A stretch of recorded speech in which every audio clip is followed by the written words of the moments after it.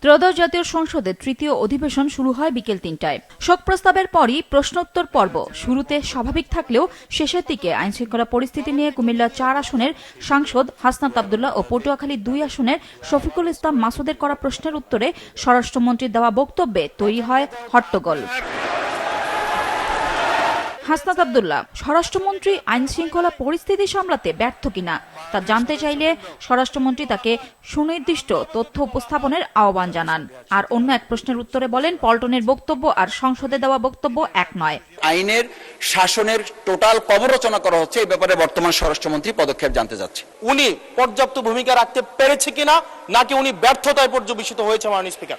শাহবাগ স্কোয়ারে বক্তৃতা দিয়ে পার্লামেন্টে বক্তৃতা দিয়ে এক কথা নয়। কোথায় বিরোধী দলীয় কোন এমপির মামলায় আসামি গ্রেপ্তার হয় না সেটা স্পেসিফিক প্রশ্ন দরকার, স্পেসিফিক কোশ্চেন করতে হবে। সেই জন্য বলছি এটা মহান জাতীয় সংসদ, বাইরের বক্তৃতা এখানে চলে না।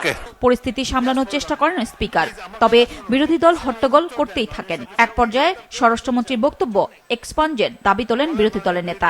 আজকে একই বক্তব্যে দুইবার উনি অ্যাটাক করে ফেললেন।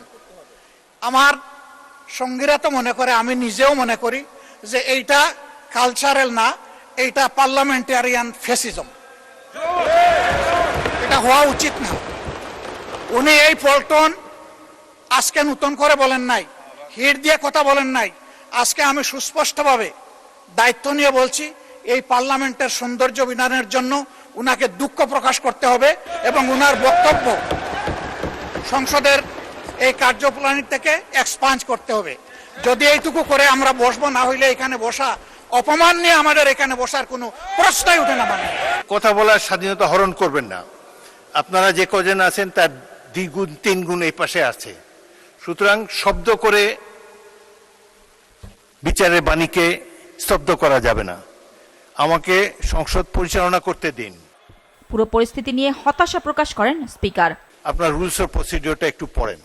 স্পিকার যখন বলে প্রতিটি সদস্য নিজের আসনে বসতে হবে, এই আইন এই রীতি যদি আপনারা ভঙ্গ করেন বা না মানেন, তাহলে সংসদ কিন্তু বেশি দিন চলবে না।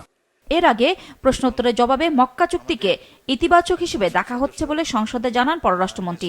তিনি জানান, মক্কা চুক্তিতে যোগদানের বিষয়টি এখনো আসেনি, তবে যোগদানের আহ্বান জানালে ইতিবাচক হিসেবে দেখবে বাংলাদেশ। এই প্যাক্ট 3টি দেশের ভেতরে হয়েছে, আমরা এতে এই প্যাক্টটিকে ইতিবাচক হিসেবে দেখছি। এতে যোগদান করার বিষয়টি এখনো আসেনি, কারণ এটা নির্ভর করছে যারা এই প্যাক্টের সদস্য তাদের অভিপ্রায়ের উপর। তারা যদি অভিপ্রায় প্রকাশ করেন বাংলাদেশকে এই প্যাক্টে নেবার জন্য, তাহলে পরে আমরা নিশ্চয়ই সেটা ইতিবাচকভাবে বিবেচনা করব।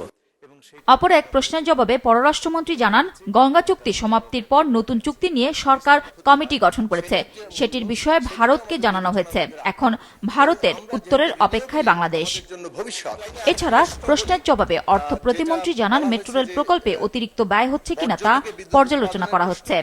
বর্জ্য থেকে বিদ্যুৎ উৎপাদন, নূর নাহার উইলি, মাছরাঙা সংবাদ, ঢাকা। কিন্তু এই ব্যয়ের ক্ষেত্রে একটা অন্য বিষয় বিবেচনা